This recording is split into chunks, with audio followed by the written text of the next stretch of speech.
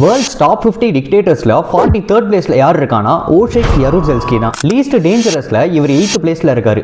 ஜூலை 6, 1923 அன்னைக்கு போலாண்டில் இருக்க குரோன்ற இடத்துல பிறக்கிறாரு.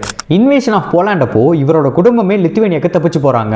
அங்கிருந்து சோவியத் யூனியன்ல ஒரு லேபரா ஒர்க் பண்ணி அதுக்கப்புறம் சோவியத் கண்ட்ரோல்டு பாலிஸ் ஆர்மியில ஜாயின் பண்ணி படிப்படியாக தன்னோட பதவியை உயர்த்துக்கிட்டு 1968ல போலாண்டோட டிஃபென்ஸ் மினிஸ்டராகவும் ஆகிறாரு. அந்த டைம்ல கம்யூனிஸ்ட் ரெஜிம்க்கு அகைன்ஸ்ட் ஸ்டூடெண்ட்ஸோட ப்ரொடெஸ்ட் பயங்கரமா இருந்தது.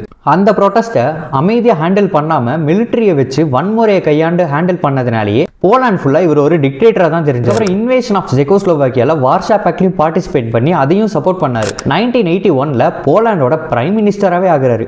அது மட்டும் இல்லாம பாலிஸ் யுனைடெட் ஒர்க்கர்ஸ் பார்ட்டியோட ஃபர்ஸ்ட் செக்ரட்டரியாவும் ஆகிறாரு. அந்த டைம்ல போலாண்ட்ல இருந்த ஹையஸ்ட் பொசிஷன் இதுதான். அந்த காலகட்டத்தில் போலாண்டுக்குள்ள கம்யூனிஸ்ட் ரெஜிம் உடையணும், டெமோக்ரஸி உருவாகணும்னு சொல்லி நிறைய சாலிடாரிட்டி மூவ்மெண்ட் நடந்துகிட்டு இருந்தது. அது எல்லாத்தையும் தடுக்கிறதுக்காக மரிட்டல் லாவை இம்ப்ளிமெண்ட் பண்ணாரு. இதனாலேயே போலாண்ட் ஃபுல்லா மிலிட்டரியோட கண்ட்ரோல்ல வந்துச்சு. இதன் விளைவா 1985ல எக்கனாமிக் கிரைசிஸ் வந்துச்சு. இதை எதிர்த்து பப்ளிக் ப்ரொடெஸ்ட் ரொம்ப பயங்கரமா இருந்தது. வேற வழியே இல்லாம சாலிடாரிட்டி லீடர்ஸ் கூட நெகோசியேட் பண்ண வேண்டிய சிச்சுவேஷன் யருசெல்ஸ்கிக்கு வருது.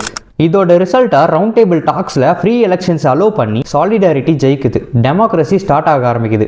1990ல நடந்த பிரசிடென்சியல் எலெக்ஷன்ல யருசெல்ஸ்கி தோத்து லெஸ் வல்லேஷாங்கிறவர் பிரசிடென்ட் ஆகிறாரு. யருசெல்ஸ்கி பண்ண கிரைம்ஸ்க்கு அவர் மேல நிறைய ட்ரையல்ஸ் நடக்குது. இருந்தாலும் அவர் எந்த குற்றத்துக்காகவும் அரெஸ்ட் பண்ணவே இல்லை. 24 வருஷத்துக்கு அப்புறம் மே 25, 2014 அன்னைக்கு 90வது வயசுல தான் இறந்து போறாரு. என்னோட நெக்ஸ்ட் வீடியோல இன்னொரு டிக்டேட்டரை பத்தி நான் சொல்றேன். இன்ட்ரெஸ்டடா இருக்கவங்க ஃபாலோ பண்ணி வச்சுட்டு உங்களோட ஃப்ரெண்ட்ஸ்க்கு இந்த வீடியோவை ஷேர் பண்ணிருங்க.